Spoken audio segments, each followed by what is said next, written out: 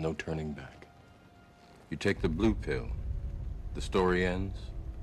You wake up in your bed and believe whatever you want to believe. You take the red pill, you stay in Wonderland, and I show you how deep the rabbit hole goes. It's the size of Texas, Mr. President. Get off my plane. I see dead people. We're in the middle of a war. It's time to pick a side.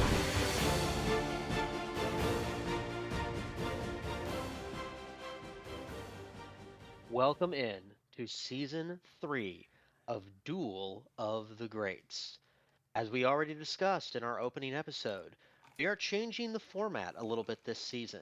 Instead of comparing two filmmakers, we are going to compare two similarly themed films, doppelganger films, if you will. And what are the first two films that you think of when you think of doppelganger films? The classics, Michael Bay's Armageddon, which was released on July 1st, 1998, and Mimi Letter's Deep Impact just a couple of months before on May 8th, 1998. Both the films were huge box office successes. Deep Impact was the sixth highest grossing film of 1998, and Armageddon was actually the highest grossing film of 1998. And it was really what sort of shot Michael Bay as a director into superstardom and kind of was what allowed him to take on any projects he wanted.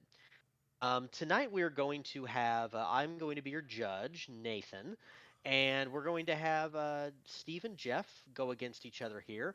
By virtue of a coin flip last week, Steve is going to be defending Deep Impact, and Jeff will be defending Armageddon. But before we get into our representing. Representing. I have to defend to nobody. Fair enough. I mean, I think both of these movies need no defense of how brilliant they are. I think that just goes without saying. So before we get into opening statements, I just have to ask, do you guys remember, we're all old enough that we remember when these movies came out and were in theaters. I saw Deep Impact in theaters. I did not see Armageddon until it came out on video. Do you guys remember these movies being out at the same time and how big of a deal it was? Oh, yeah. So my sisters worked at a movie theater, and I eventually worked at the same movie theater. But so they were working there at the time these two movies came out, and I went and saw both of them in the theater. And it was crazy because while watching Armageddon, like I had seen the movie since I'd seen it in the theaters in '98, but I haven't seen it in a while. But like as I'm watching the movie, I could recall every single audience laugh it got in the theaters. Like regardless of, what will be said by my opposition, Steve, to try and slander this movie. Armageddon was a massive deal. It was a huge deal when it came out, and Nobody's arguing it wasn't a huge deal, but were they laughing at the movie, which I think, or were they laughing with the movie, which is what you? I just want to be clear. Are you insinuating that Armageddon is not entirely scientifically accurate to what might occur? And this is starting earlier than I expected. I love how even in the movie they're calling it out. The guy. Let's see. The guy's trying to describe. The asteroid is 9.26 times. Billy Bob Thornton goes, the size of Texas. It's the size of Texas, Mr. President. But yes, it was a massive deal. But that was just so funny to me that I can still remember those laughs. That we were all laughing together with the film. When you've got Owen Wilson and Steve Buscemi in the movie, you're laughing with them. Okay, that's the point. That's why you put those two in the movies. So, but we'll get into that later. That's Steve. You got any special? I saw Deep Impact too, or Deep Impact, also in theaters. Not as many laughs in that one. So I didn't have the same experience on my rewatch. But yeah, Steve, you got any special memories? I don't really recall specifically seeing these at the time, but I know I did see them at the time. As we mentioned in our preview episode, I had a crush on I already forgot her character's name in Deep Impact. Sarah? But I think that's right. Because at the time, I don't know, she was probably what, 14 or 15, and I think we were what, like 11, 12. So it was right in that wheelhouse. And I just got massive- reminded how much she was older than good. you guys that I am. She had a gateway to a massive career and just totally stepped aside. It's crazy. you know, I looked her up after this. She like retired to be a painter. Yeah. And that's what she is now. And But hey. like Joyride came out a few years after this. Yes, yeah. I love that. That's what I love her in is Joyride. That's That was an a movie underrated film. that I don't want to get too far into Joyride because I could talk about that forever. But I just that was like New theme, baby. when my sisters worked at that movie theater, we would get free tickets. Sometimes you'd go and stuff would be sold out. And so just so happened Joyride wasn't sold out, and we got tickets to that, and I saw it and I loved it. I was like, oh my God. And then I was like, this girl's gonna have a huge career. Besides the fact that she looked like a mini Helen Hunt, which, you know, Helen Hunt had just won an Oscar a couple years before. So plus, like, I don't know. That's true. I grew up watching Mad About You. I kind of had a little crush on Helen Hunt, and then you could just transfer that right over to Lily, right? It's just easy transition, and then off she goes. But you know, she's probably still getting them Armageddon royalty checks from what we just. If only she was in Armageddon, but you already forgot that she's in Deep Impact. Deep Impact. God damn it. So I just It's how memorable these movies are. I just want to say I don't ever remember hearing about Deep Impact, and the only reason I heard about Armageddon was because of Aerosmith and Liv Tyler. I saw the music video and I went, "Oh God, that's Liv Tyler." The meta text of Armageddon is fascinating. Yeah. That alone. For anyone listening, the music video is crazy because she's touching the screen. There's a shot in the movie where Bruce Willis playing her dad, and then of course Steven Tyler's actually Liv Tyler's dad. So she's touching the screen. I mean, which is even funnier when you realize that she didn't know he was his dad, or she didn't know he was her dad for most of her life. At this point, not most of her life, but up until that point. And it was always rumored, and then it was confirmed, and they didn't have like a great relationship when she first found out. It was sort of strained, so it just kind of like it slowly got a little bit better. So yeah, it's kind of that's a really interesting little metatextual aspect. Well, because of Liv Tyler, I did see Armageddon in theaters, so it was one of those. I'm like, all right, I'm gonna go see this movie. Yeah, I don't think it can be understated how much that music video and that song helped propel this into the stratosphere, as it were, this movie, you know, because I remember it being such a huge thing. And was that TRL around then? Like, was that on the TRL? Oh, yeah. chart? Yeah. Oh, yeah. And this is 1998. This is like prime TRL. Way pre-social media, like proto early internet days. That was Aerosmith's first #1 single that they'd ever had, and they'd been around for like 25 years at that point. Forever. So, They were my first. It was my first encounter with them as a, you know, knowing who they were as, you know. yeah, young I mean, kid. they're a few years earlier. Since I'm just a couple years older, maybe this is why this hit. But they had those like Dream On and those Alicia Silverstone music videos. Those were huge, and so that's how I knew Aerosmith. And then then this came out a few years later. But yeah, that was. I remember thought that was crazy when my dad told me. Oh, Jeff, he froze. what was it your dad told you? Stunned. You froze a little there.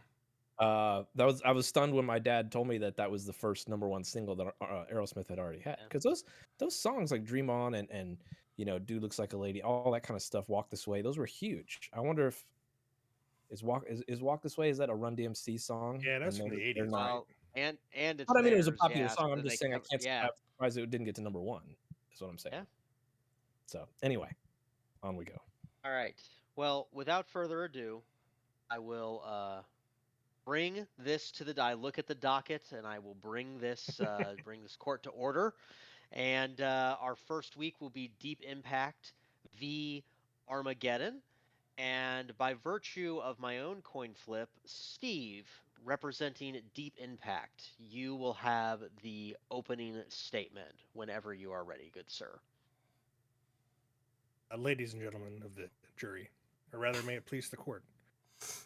I'm going to keep this simple. I'm not going to bore us to death with details. I just want to say Deep Impact is the better movie because it actually has heart. It's got heart, it's got depth, and critically, it has patience. Something that its counterpart seemingly does not have. So I muted myself, I'm sorry. This movie not only has just a smorgasbord of fantastic actors: Robert Duvall, Morgan Freeman, Tay Leone, Vanessa Redgrave, Richard Schiff, James Cromwell, Maximilian Schnell, an Oscar winner, Elijah Wood. It's got just a cornucopia, even, of feelings that you are never given time to feel in Armageddon. At Deep Impact, we don't start with a literal bang. We start with, what fairly banal existence, and this global killer asteroid gets discovered just by some high school kids out in the field. And I, for one, I love it. I love that it gives you time to breathe.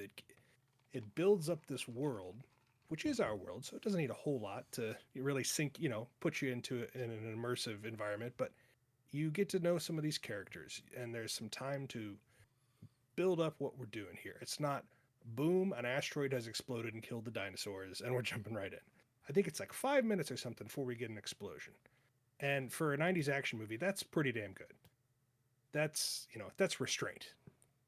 And I like, a little bit of subtlety, a little bit of restraint. I don't need Michael Bay hitting me over the face with exploding landmarks immediately.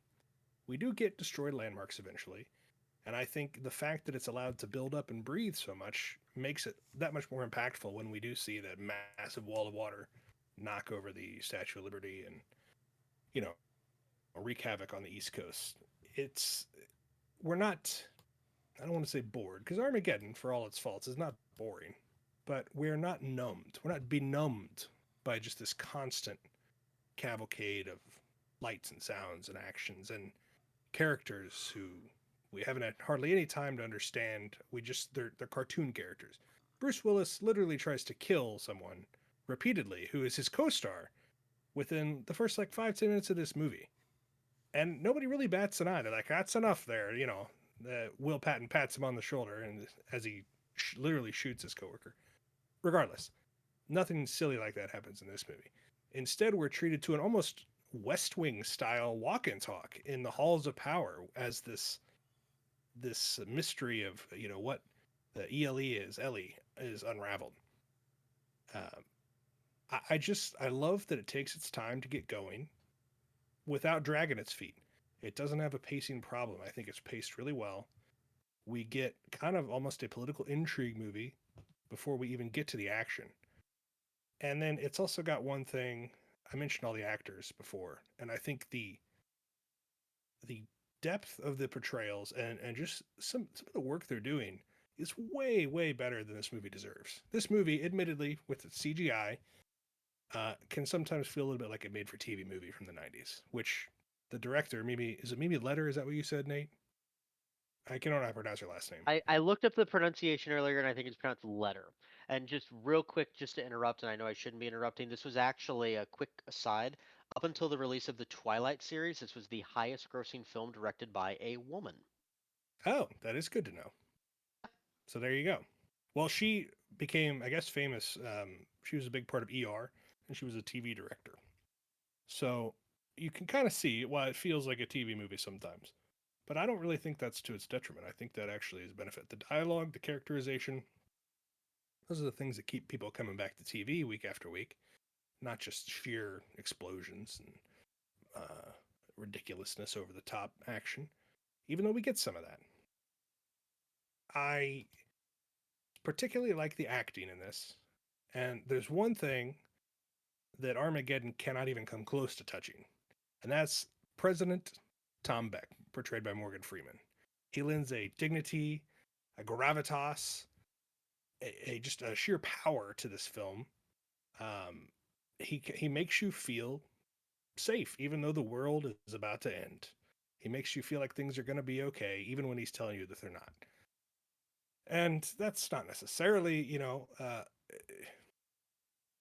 guess when I see the president, I don't even remember who played the president in Armageddon, but he doesn't have that je ne sais quoi that Morgan Freeman has. When Morgan Freeman tells me, as a potentially a viewer in the Deep Impact universe, there will be no looting. The subtle tension and the threat behind it, I believe it, because everything he's told us so far has been, oh man, his portrayal is the best thing about the movie, I think. But on top of that, it's got a fantastic score, and I think Armageddon doesn't hold a candle to that. We'll see though what you guys think. But to me, it's all about the acting. It's the acting which gives these characters, like I said, a heart and a depth. And we have time to really get to know them and spend time with them. And it's just, there's some good stuff in here. Vanessa Redgrave, Taylor's mom, when she sees on TV that no one over 50 is going to be allowed into the caves and it's going to be in the lottery, the look on her face, that's acting. That is acting, my friends. There's nothing like that in Armageddon because it's too much of a smash cut of explosions blowing up in your face. But that's my not even my opening statement. That's my pitch. That's my pitch for the movie. I would reserve time just for a final summarization. Couldn't decide what I wanted to say there. Summary. Just a one-liner at the end there. But other than that, I'm willing to take questions. I'm willing to discuss. That's the theory in chief. Heart, depth, and patience. That's why Deep Impact is the better of the existential crisis, Armageddon, end of the world comet movies. Jeff, I will allow as much time as you need for your opening statement. Why don't you tell us why Armageddon is the superior film? All right, so first, when I look at Deep Impact, I see a very confused movie that has no idea what it wants to be. We know you come in, everyone comes into that movie, the movie that's literally called Deep Impact, and every single person knows exactly what it's about, except for the characters in the movie. And obviously, you wouldn't expect that necessarily to be the case, but they spend like the first 20 minutes of the film in this as if it's this sort of weird like newspaper like All the President's Men drama where she's using back channel sources and she's getting all these different people to tell her these things and she's finding out about affairs and all this stuff, and then it turns out there's no affair. It's just this massive asteroid, comet, whatever. I can't remember which one. Each one uses a different term for it. I can't remember. And so we start off with that, and then next thing you know, it's a political thriller about how we handle this, and like all the interesting stuff that happens in this movie happens off screen. We don't see it, right? Where, oh, okay, now it's public. We know this woman knows about it. It's going to get public. We better make an announcement. Morgan Freeman comes on and makes an announcement, and then boom, look over here. Here's a full crew of astronauts ready to go.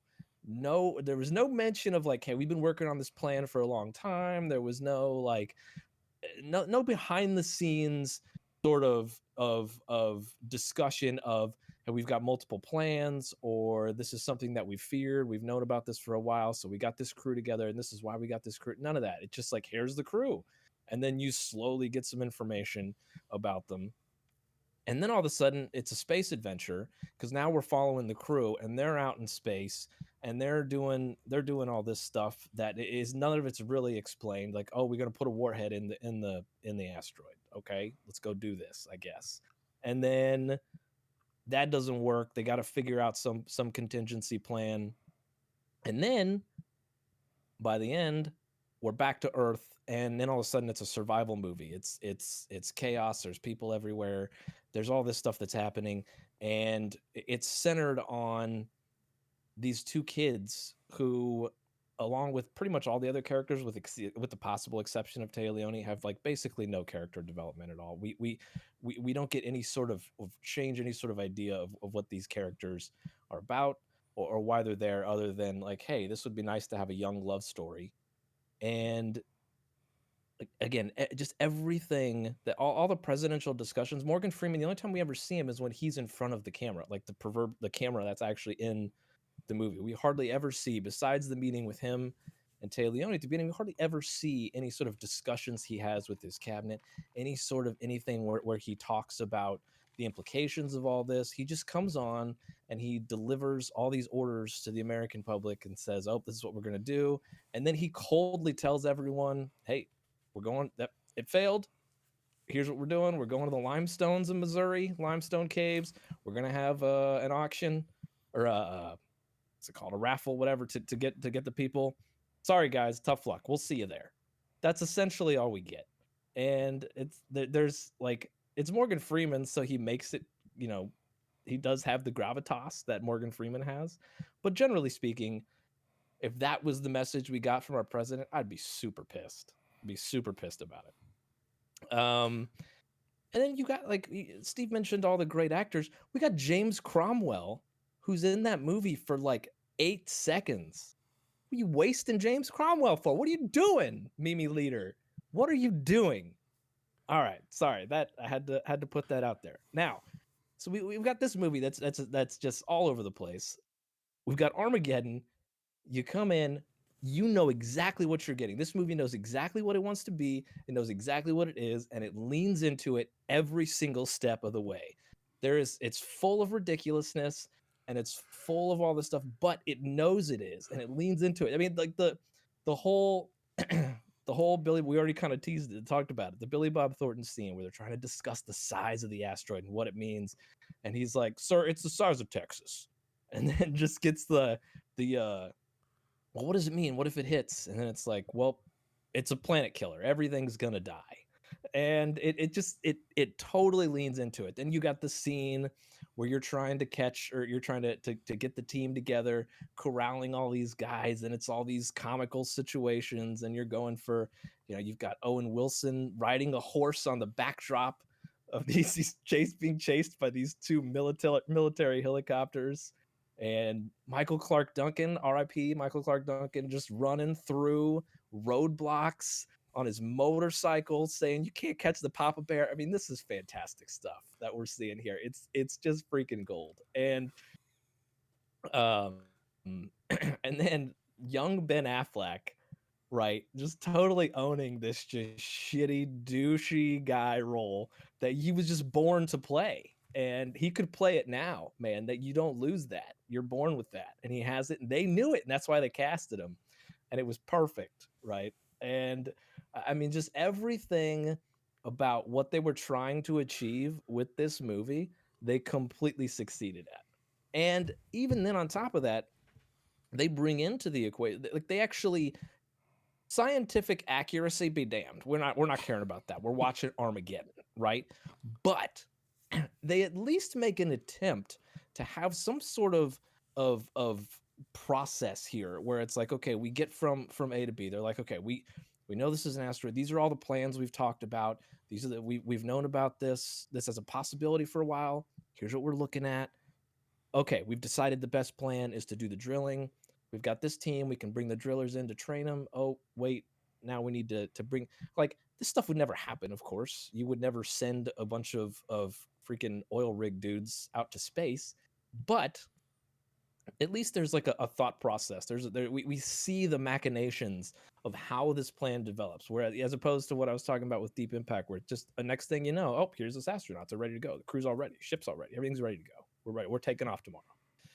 So you get a little bit more of that, more of that sort of understanding of how we get from point A to point B. And then you get up into space, and then it's like everything's going crazy. We got Russians. Where there's Russians in Deep Impact too. I shouldn't.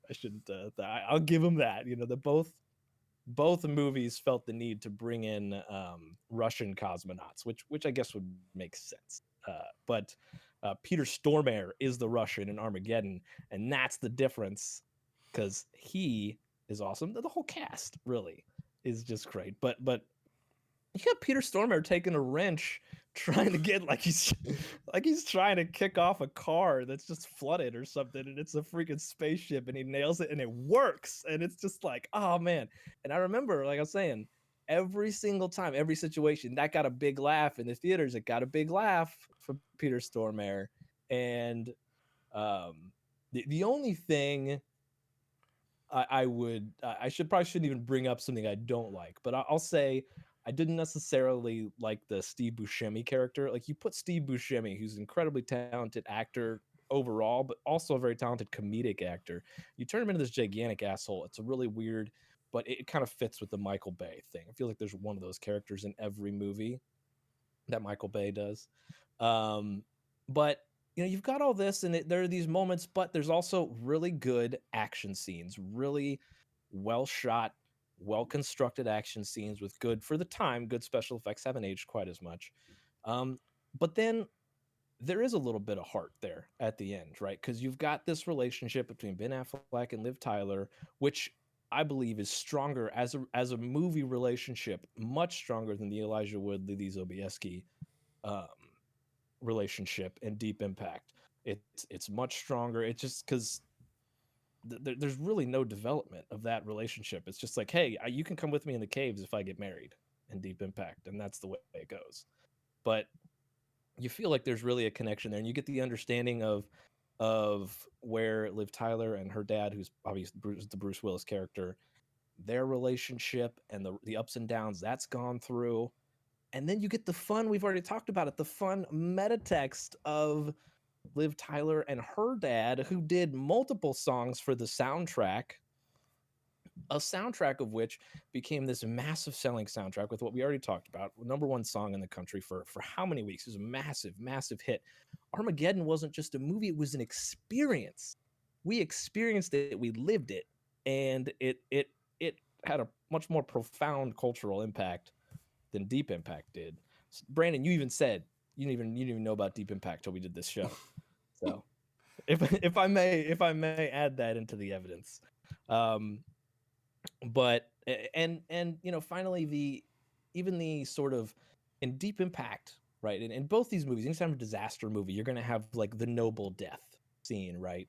And in Deep Impact, it's Téa Leoni and her dad as they finally repair their relationship, and they're grasping each other as this gigantic tidal wave comes and kills so many people. And it's like, okay, I guess, but the noble death in Armageddon of Bruce Willis tearing off his mission patch, throwing Ben Affleck so that he could go marry his daughter and take care of her because he knew that's what his daughter wanted, and that was what was best for his daughter, and told him to go home and take care of it. Like, that was a much more profound noble death, a much more profound impact than anything we saw in Deep Impact, despite its title. So, in conclusion, Armageddon is the superior film because it doesn't try to mine the dramatic depths that Deep Impact does, but it also doesn't fail at doing that like Deep Impact does. It knows exactly what it wants to be, and it succeeds at what it wants to be on all those levels. And that's what makes Armageddon superior. Short rebuttal. Please. I'd just like to point out that my esteemed opposing counsel, Mr. Herr, spent the first 10 minutes of his presentation talking about my film. So clearly it's had some sort of deep impact on him. Oh. But what else am I supposed to talk about? Your movie. You're advocating for your movie. Why your movie is the better film, not why mine, nitpicking on mine. Regardless.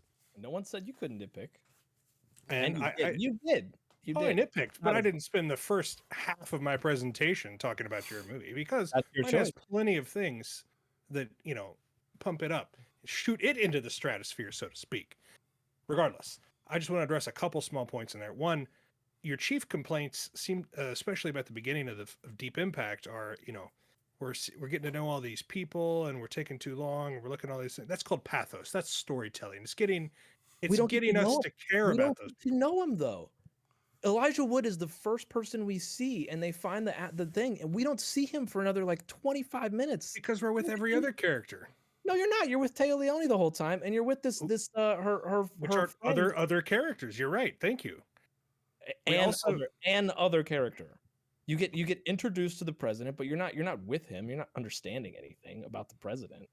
You get James Cromwell, who looked like he was going to be a cool character. He was already. Thank you for bringing up my next point. You say he's wasted. but in fact, he is perfect in this role. And also through subtle storytelling, unlike an explosion in your face, you see that his daughter, which was in Deep Impact. 5 minutes in. Let's not say it's not at the very beginning. Regardless, when we first meet James Cromwell, there's the tension of he knows what the hell he's talking about. That's a planet-killing asteroid. Téa Leoni doesn't. And again, that's building tension. But there's no tension because we as the audience already know. We know it. So you're saying it's impossible for there to be tension if the audience knows the answer to something, even if the characters themselves don't. Yeah, because the only reason that there's tension for Téa Leoni's character is because she doesn't know that that Ellie is actually ELE, the extinction level event. You've just rewritten suspense films. If the audience knows the answer to something, then it's impossible to create suspense or tension for the audience because even if the characters don't. No, it's in seeing how these characters play. That is not at all what I said. That's what I said. No, it's not. I asked you. I said, if never mind. Go ahead. I did not say unequivocally if the audience knows something, it means they can't have suspense. I said that when you're going into Deep Impact, this idea of this suspense, because that suspense isn't even what the movie's about figuring out that it's an asteroid. But it can be if they make a movie that it works.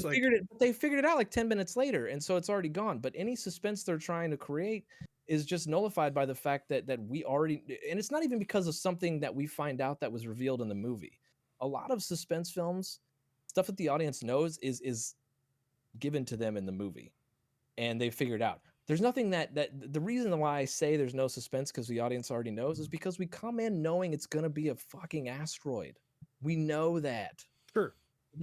So when you're watching Armageddon, and they're will they or won't they hit that zero barrier before what did you feel? What did you, the viewer, feel this last time you watched it, like however many days ago? I mean, I did felt it work to build any sort of suspense or tension for you? Because you've seen this movie before, you know how it ends, and yet I would argue you probably felt a little bit of suspense and tension there because the storytelling was so good and the way you got there was so good. Even though you knew how it turned out, you still had suspense. You still had tension. But that was completely different because that was a scenario where we're talking about these people, like, are they going to make a deadline? Are they going to make, because if they don't, then everybody dies, right? That is not the setup for the suspense and the Téa Leoni James Cromwell scene is nowhere close to that. It's just, hey, I'm trying to investigate this. I'm trying to get a little information.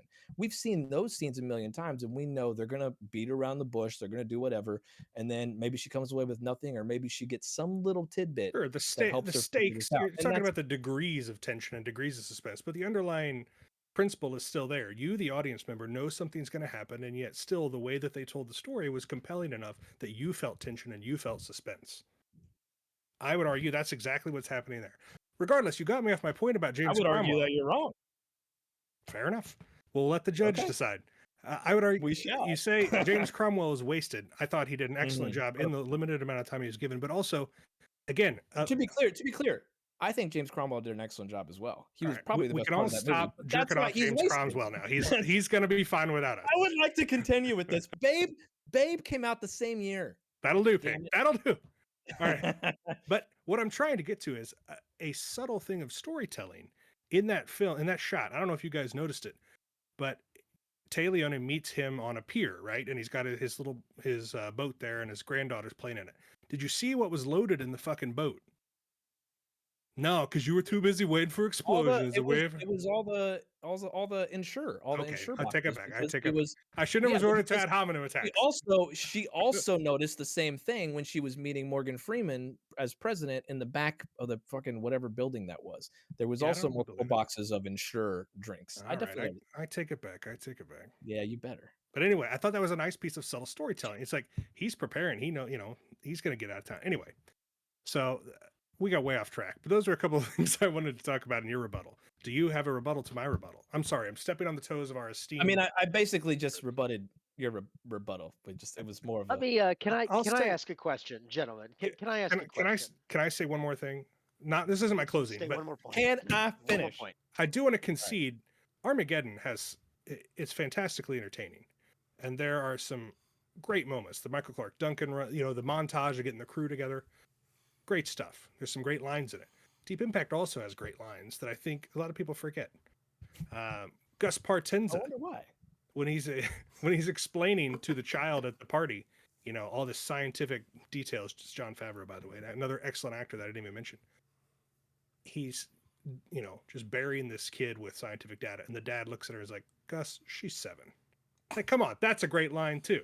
So, my point is, the reason I brought that up is, I don't want to take anything away from Armageddon. There are very entertaining moments, but I think Deep Impact, as I think the evidence has shown, is a better movie from beginning to end. I think it's admirable that Deep Impact swung for higher fences than Armageddon, but it being admirable in attempt doesn't mean just that telling a different story. Armageddon is about the crew that goes to the asteroid. Deep Impact is about Deep how Impact humanity deals with. tried to be about that. Sure, and also you mentioned how it's just 1 minute they're just rocketing up there. It's years, like literally, like many months take place. But they already had. Go ahead. You're fine. Go ahead. Wait, what? Many months take place. Yes, it's literally 1 year from the time Morgan Freeman has the press conference until they actually, like the asteroid's close enough to hit Earth. It's a long time, not the 14 fucking days it happens at Armageddon. What are we doing here? Like, I'm not in this movie for scientific verisimilitude, but it at least has to pass the fucking red face test. That's ridiculous. I didn't even bring that up. That wasn't what I was talking about. The flights alone back and forth across the country and going to get the assholes off the fucking oil rig would take up half this time.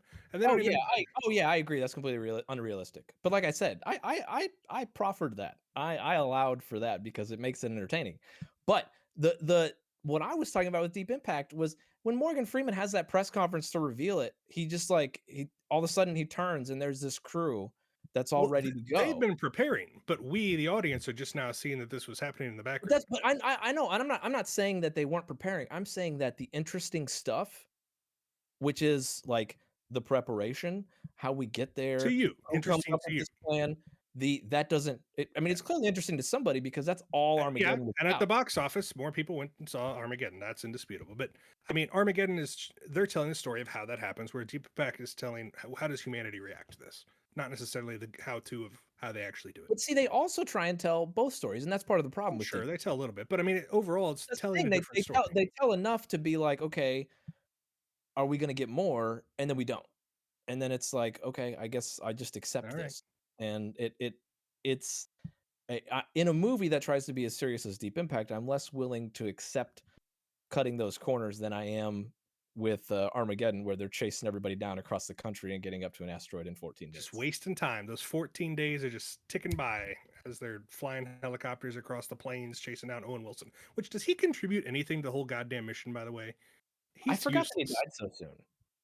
He's supposed to be this like super intelligent. I love that too. That they just throw these. He's probably the smartest guy you'll ever meet, or whatever. And then Steve Buscemi's like, I taught at Princeton for 2 years. You know why I like this? Because I get to blow stuff up. That's another thing. Steve Buscemi's character is a pedophile. Like, the whole rogues gallery, they're full of assholes. There's nobody you want to root for. Okay, well, that's not true. I root for Michael Clark Duncan. You root for him. Oh, the Will Patton character, he's good. He's a deadbeat dad. Well, that's true, but he's trying to make better. but I will say the on the topic of pedophiles, that's like a Michael Bay thing. Okay, like in Transformers, there's a scene where I can't remember which Transformer this was, Last Night, whichever one Mark Wahlberg was in. There's a scene where Mark Wahlberg is talking to a guy who's like 20 years old and his daughter's like 17 and they're dating, and the dude whips out from his wallet a laminated card that has Texas state law. It's like a Romeo and Juliet law, they call it, where if you were dating somebody when you both were underage and then one of you becomes overage while the other is underage, it's still okay. This is a thing in Texas. That was a whole scene. Michael Bay has multiple of this stuff that goes in the movie. So I completely agree. That whole Steve Buscemi stuff, everything they did with that character was terrible. But I would definitely lay that on the feet of Michael Bay, because we will not sully the name of Steve Buscemi in this house. Thank you. The best thing about the Steve Buscemi character is something is said about his character, and I think kind of sums up everything that is Armageddon and is Jerry Bruckheimer and Michael Bay's idea of it. After he kind of goes crazy up in space, one of the other characters says about Steve Buscemi, he's got space dementia. That should be just the fucking tagline of this movie, why it was made and what happened. What's funny They've got space dementia. That's all. I mean, what's funny is, I don't know what this tells you about Armageddon, but you said that like, oh, there's a line about Steve Buscemi's character, and the line that you mentioned wasn't even the one I thought you were going to mention. Oh shit! What did you say? I thought you were going to say that when they're trying to find everybody, and Liv Tyler says, "Oh, we call him Rockhound. We call him Hound because he's horny." And I was like that amount of subtlety. I was like, I thought that's where you were going. That amount of subtlety is the amount of subtlety that Armageddon has. I mean, it is. I agree with. That hits the nail on the head. May I ask a question? But that's intentional. May I ask? Please may I go ask for a it. question? We'll let you ask. You need a gavel. We need a gavel sound effect. We need a gavel sound effect, definitely. I'll work on that for next week. Okay, Brandon, you get on that. Here's a question that I have, and neither of you really, like, you maybe indirectly addressed it, but neither of you really addressed this. These are disaster films. Okay, we know that they're disaster films. One thing I'll point out even before I ask this question on the topic of disasters, not disasters themselves, to be clear. Right. Sorry. So it's Armageddon had about almost double the budget of Deep Impact. Visual effects are very important to a disaster film. Okay. Now just the plot of Deep Impact, it goes in a little bit of a tangent because they accidentally split the comet in two. Whereas in Armageddon, they don't really do that. They're just kind of attacking this one giant asteroid coming at them. My question to you is, the filmmakers and the films themselves, why would you think that your movie delivers better on the visual effects promise that the audience expects when they come into this kind of a movie? Well, in terms of Armageddon, you've got the CGI was really good, but I think a bigger part of it and a bigger part of where the budget might have gone actually is in the practical effects. So, we don't get to see much of the comet in Deep Impact when the astronauts are there trying to get the nukes inside. Whereas on Armageddon, it essentially looks like an entirely different planet. They've got weird stalactite crystals and stuff coming out of it, and you see, that the ground has a type of that's the funniest line in the movie, is the scariest environment imaginable. Just use all you gotta say. That's all you gotta say. Okay. There are some great lines, and that was one of them. But they pull, they sometimes they'll reach down and get a handful of dust, and you can see the dust it's not just like sand that they put on this movie set. It's they created a quality sand, and then they got all the sets. All the stuff was the drilling rigs that they used. All that stuff was mechanical, practical effects, and I think that really added to a lot of the elements. Whereas in Deep Impact, they probably didn't have the budget to go that. Most of it we saw was like houses and countrysides and office buildings and things like that. Stuff that that doesn't really add to, from a set design perspective, didn't add a ton to the movie. Whereas with Armageddon, you really feel like you're on this alien force when you've got this what looks essentially like another planet. I'll just concede at the beginning. Yeah, the budget, the difference shows, and during the rewatch, one of the things I wrote was this in space and on comet or asteroid stuff in Deep Impact just doesn't hold a candle to what you see in Armageddon.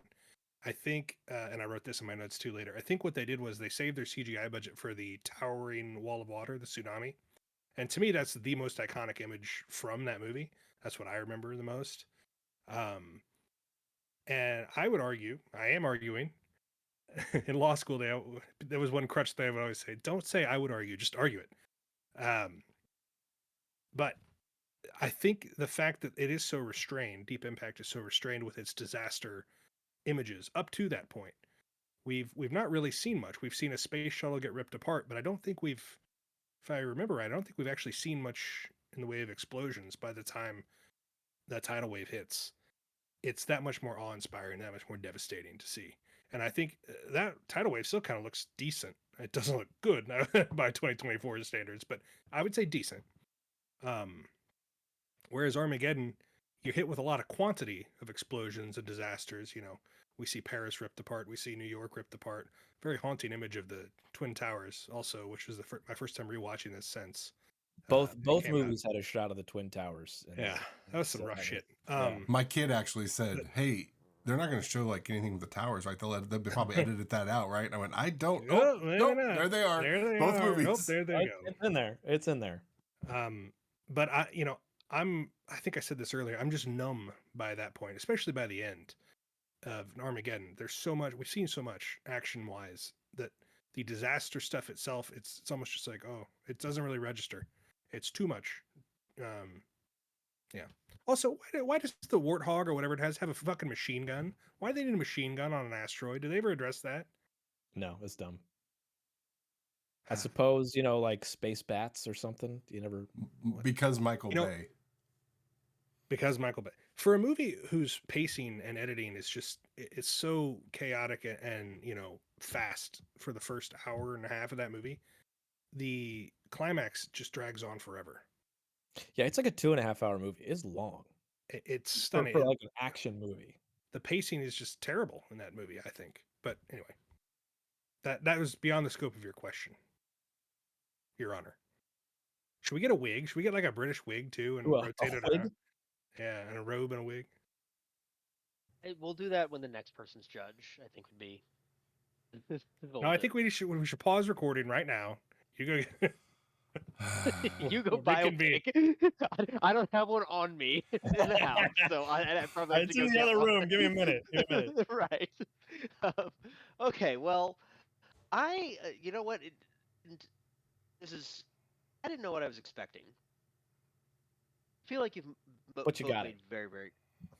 I think I have a sense of what side I'm going to land on, but as promised, I want to give you both the opportunity for a closing statement. And I will also very quickly, if you've listened up to this point, just plug.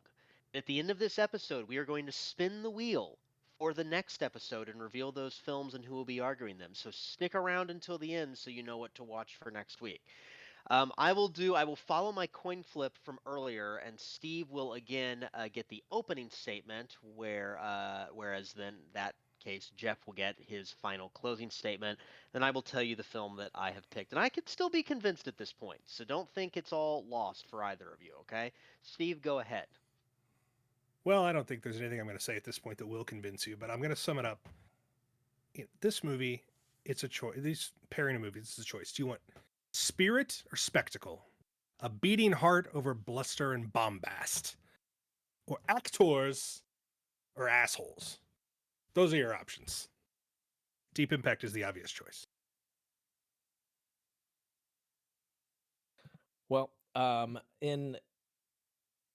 would say that with Deep Impact, you've got a movie that tries so hard to be dramatic and doesn't spend enough time developing the characters to allow that movie to do so, that you wind up with just a depressing movie. And because at the end, even the happy love story where they both survive, now they've got this baby that's strapped to this weird. Talk about that. The parents leave, and they just throw this baby Bjorn onto their daughter and say, "Take it, go," and they're off, and they've got the baby now, and they're like 14. So, and it's like, oh man, there's so much this. And granted, if that actually played out, that scenario, it would be very depressing. So I get it, but at the same time, it was very depressing. Meanwhile, in Armageddon, we leave that movie with a beautiful wedding between two survivors of this horrific event. We've got the pictures of all the fallen astronauts that are there at the wedding with them in spirit. All the while, Liv Tyler's actual dad's song plays in the background. I damn near cried. Okay? You're And really hung up on this. That's what I leave you with. That's what I leave you with. Okay? We've got a movie. Okay. We've got a movie that is just like, well, this sucks. Deal with it. Which is Deep Impact. Or we've got a movie where it's like, hey, there's hope for a new world after this. And that's Armageddon. Yeah. Okay. Well, I've made my decision. You both made very compelling arguments. Well, I just get over myself here for a moment. Okay. Trying to take this so seriously. Okay. So, um, you both made really good points. I think that here's what I'll say. Well, I won't bury the lead. I am going to side with Deep Impact for tonight, but I will explain why. One thing that I will say is one thing I will agree with you on, Jeff. I do think that the characters who are on the comet, the astronauts on the comet in Deep Impact, are very underdeveloped. That storyline is better in Armageddon. There are a couple of reasons that I am going to side with Deep Impact, and this is kind of the nature of my visual effects Because question. you And I like thought being Steve wrong is handled the number one. that's yeah. I mean that's yeah. If you saw our Threads battle last night, it was close fans of ours. Yeah. Um, I think that when I go into a movie like this and having rewatched it, the most iconic image from either of these movies is that big wall of water. That's like the disaster movie. And it's kind of funny because you'd think that image, you would associate that more with like a Michael Bay Armageddon kind of thing, and yet they do that in Deep Impact. That scene where they're all on the highway and it just completely stops and it goes silent as the comet flies over them.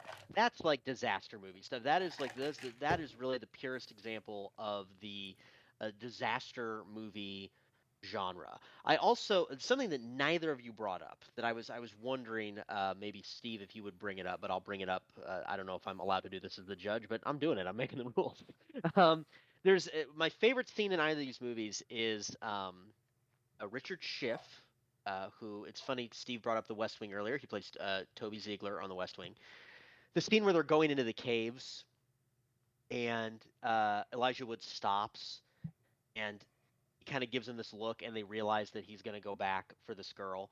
That to me, and I'm being very sentimental now, like as a father, that scene really resonated with me.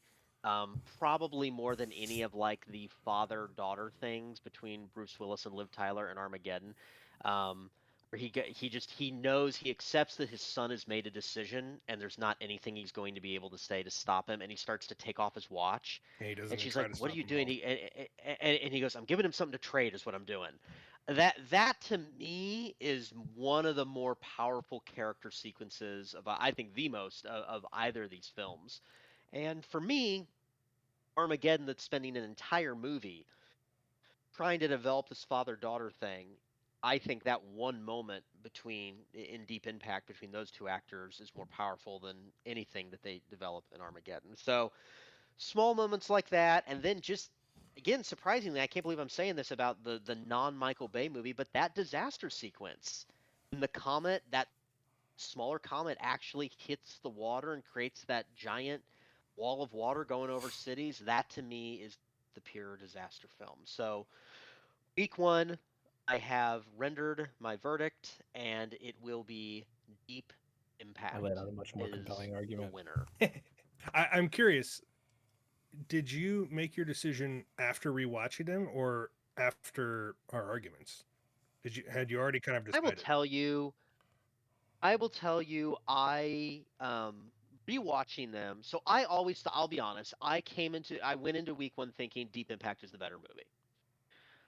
I I really was kind of for starters, Armageddon is much funnier, and I did find that I was surprised at how much more entertaining I found that as an adult. I mean Yeah. that line I just said, like scariest environment imaginable. That's all I have to say. There are some There was something fantastic one-liners. yeah.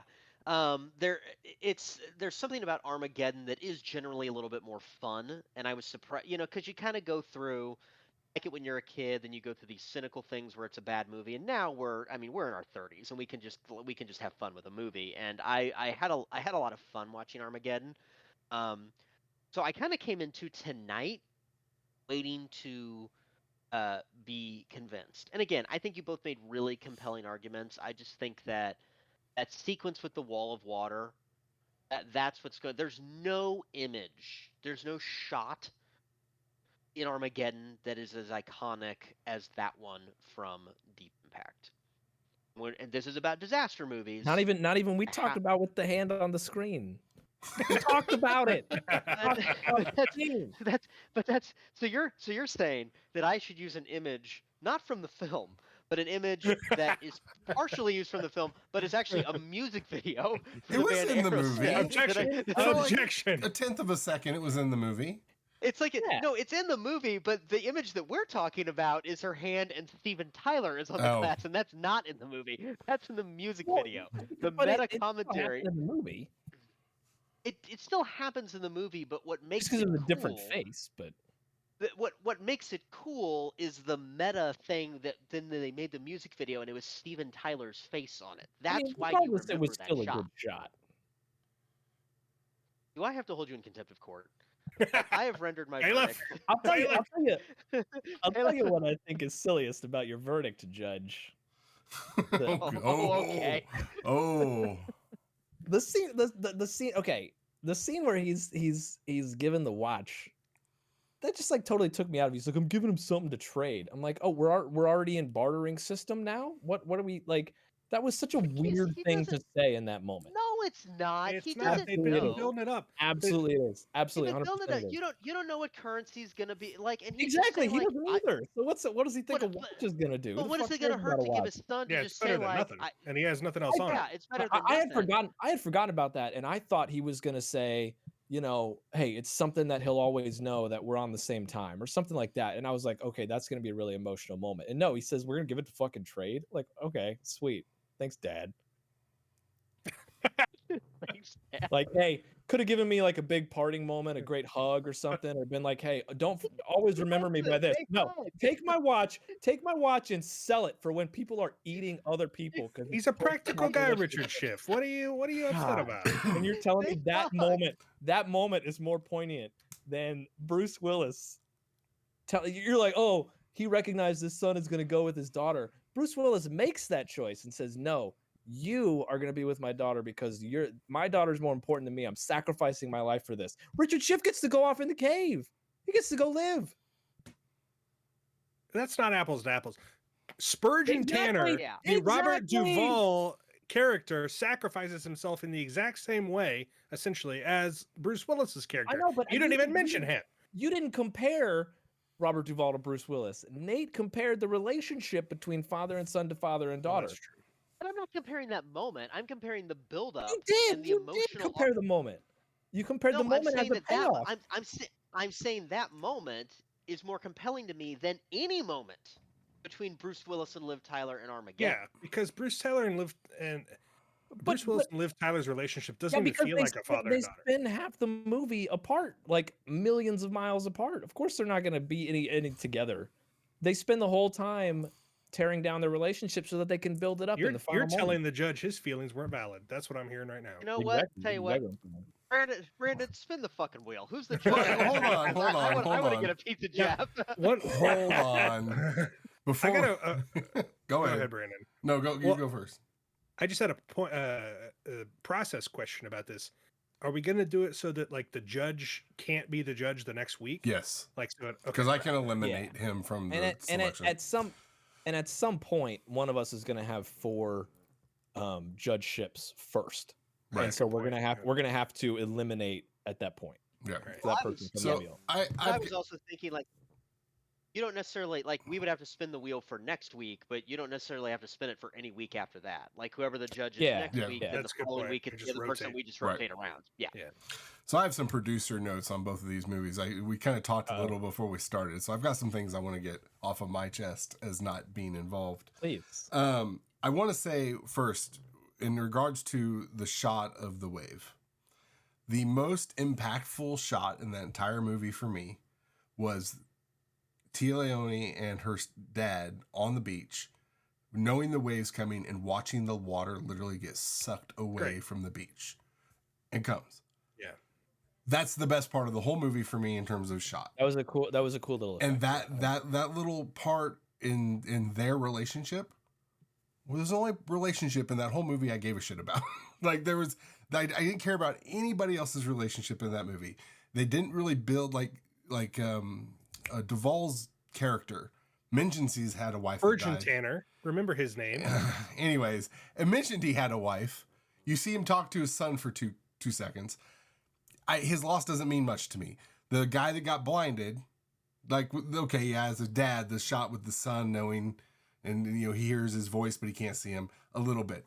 That's it. There was literally no relationships in that movie I cared about, where I felt in Armageddon, I cared more about the triangle of Bruce Willis, Liv Tyler, and Ben Affleck. But the side characters that were up there helping, I felt more connection to them, the ones that lost their life and how that functioned. I felt more of a connection to that than I felt to any other relationship in anything that had to do with Deep Impact. I want to say that. I want to say both of these movies' pacing absolutely were garbage.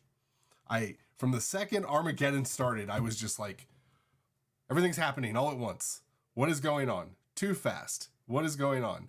And then with Deep Impact, I was like, cool.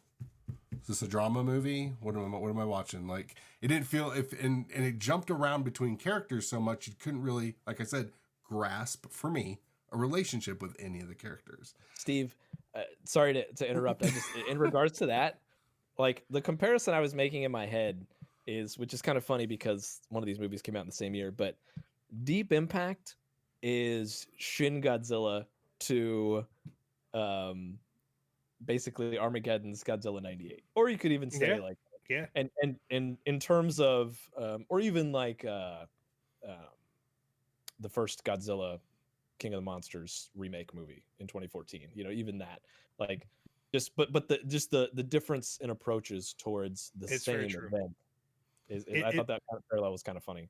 It does make me wonder, like, if we could have got an amalgamation, if the creative teams on these two movies could have got together instead of making two different movies, think of what could have been.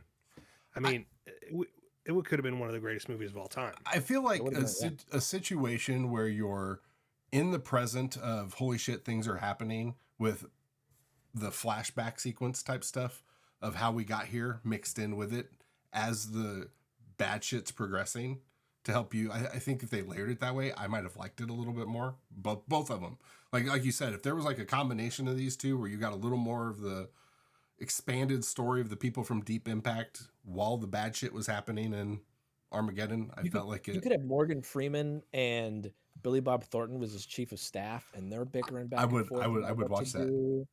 And yeah. When I said Armageddon is too fast, one of the things that really annoyed the shit out of me watching that, and granted, I'm speaking as this as a 42-year-old man in 2024 who has had a lot more knowledge since these movies have been released. Everything in space happens, in my opinion, way too fast. Like, they're in both movies, the rockets are just taking off full bore with their rockets going, and we know that's not how that works in space. It's little bursts and stuff like that. In Armageddon, where they connect up with the space station, they just kind of whoop, click, and they're in. Like, they put that shit on C-SPAN, and it takes them a good hour and a half to. Are you close? Are you there yet? Are you there yet?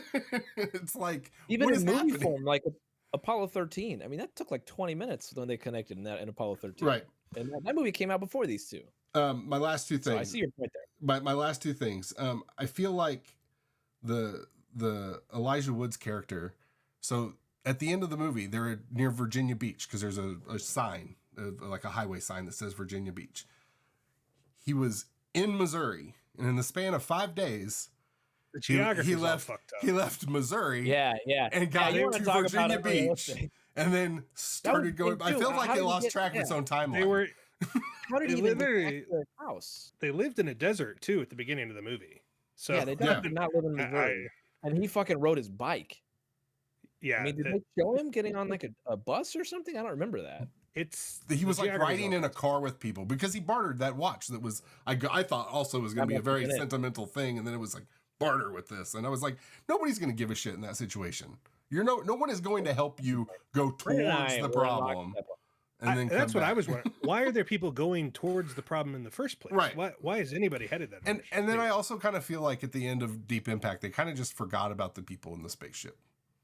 Because it just kind of was like they started focusing too heavily, and it was like, so they set off the nuke, they got Billions away. of people died, Brandon. Billions of people Before died. that even happened, though. they set off the nuke, and then they just kept cutting back to him for a little bit, and it felt like the time frame from the nuke going off to them finally deciding to do something. Why wouldn't they have just already just automatically gone back to Earth? And it just felt to me like the timing was off. Like they just kind of. There was some reason they couldn't. Well, because they were wondering if they should go back and try again. Yeah, they only had so much. They didn't have enough fuel gas to go back and try again, and then get back to Earth. So it was either get back to Earth, everybody dies, or they go and set off the nuke, and that's it. But here's a question: then, would they not have? They wouldn't have known that they failed because they had no communication with Houston. So they just. Well, they knew they failed because the comet didn't split apart like it was supposed to. I think they could see it. I'm more concerned with the fact that we're debating the scientific accuracy of Deep Impact. I know, Armageddon I know. is sitting right there. All right, let's decide next week. So first of all, we tell them next week what next week. What are the viewers going to be or listeners? Go ahead, Jeff or Steve or Nate. Oh, I don't know. I'm not even sure. I'll let our judge I'll do it. I'll do it. I'll as the judge. So next week, our doppelganger films. I think they came out a very similar time. Late 90s was a popular time for doppelganger films. It really was. Our first 3 weeks actually. We might have another, or we will have another one that takes place in the same time frame as these 2 movies that we talked about this week. Yep, that came out. So still on disaster movies next week, but in fact, the threat does not come from above, from below. Comes from below. Ooh, nice. And that is Dante's Peak versus Volcano. That was a good build-up. Did you like how I sold that? That was really good. That was excellent. Yeah, that was off the top of the dome right there. That was beautiful. Not just a hat rack. These movies actually came out. These movies came out in '97, so this was arguably like more emblematic of the disaster doppelganger than what we just did. Dante's Peak came out in February, and Volcano in April, so 2 months apart. Wow. And something I wanted to producers remember. of Deep Impact and Armageddon were like, "That we got to get on that. Get in here. We got it. Let's move fast." So I don't know if you guys remember, but one of the things I said I was excited about was figuring out, why these things happened. And one of the things I discovered, I'm like, why asteroids? You know how dinosaurs got killed by the asteroid, whatever. That theory wasn't really, quote unquote, proven until 1991 when a paper came out that kind of was like, oh, here's the crater. Like some people had danced around it, but what basically solidified it in science was that. And then Arthur C. Clarke wrote a book. They didn't realize they were in the crater. Yeah. Yeah. It's actually because I was going to mention that because I forgot to mention that at the beginning when talking about this. I remember in grade school, probably around in between when these movies came out and when that paper came out, we watched a documentary in our class about asteroids because they were like, oh no, this is what did the dinosaurs. Could it happen again? We just figured this out. Yeah, and this is what and they sort of showed like an estimate of how many asteroids there are in orbit and all this sort of stuff. And I remember there was actually a kid in our class who was like, oh, so that's how the world ends, right? And thanks a lot, Timmy. Yeah. So a few years later, these movies came out.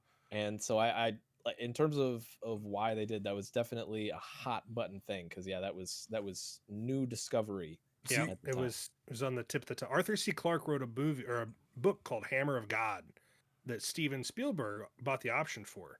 That came out in '93, and then the option eventually wound up becoming Deep Impact. So through many rewrites and everything. You said that paper came out in '91. Yeah. So Jurassic Park, didn't that release in '93? And you're talking about dinosaurs and like how you put that mindset into people. Dinosaurs so hot right now. And then within 4 or 5 years of that, you've got them in production of 2 asteroid movies. Yeah. So, all right.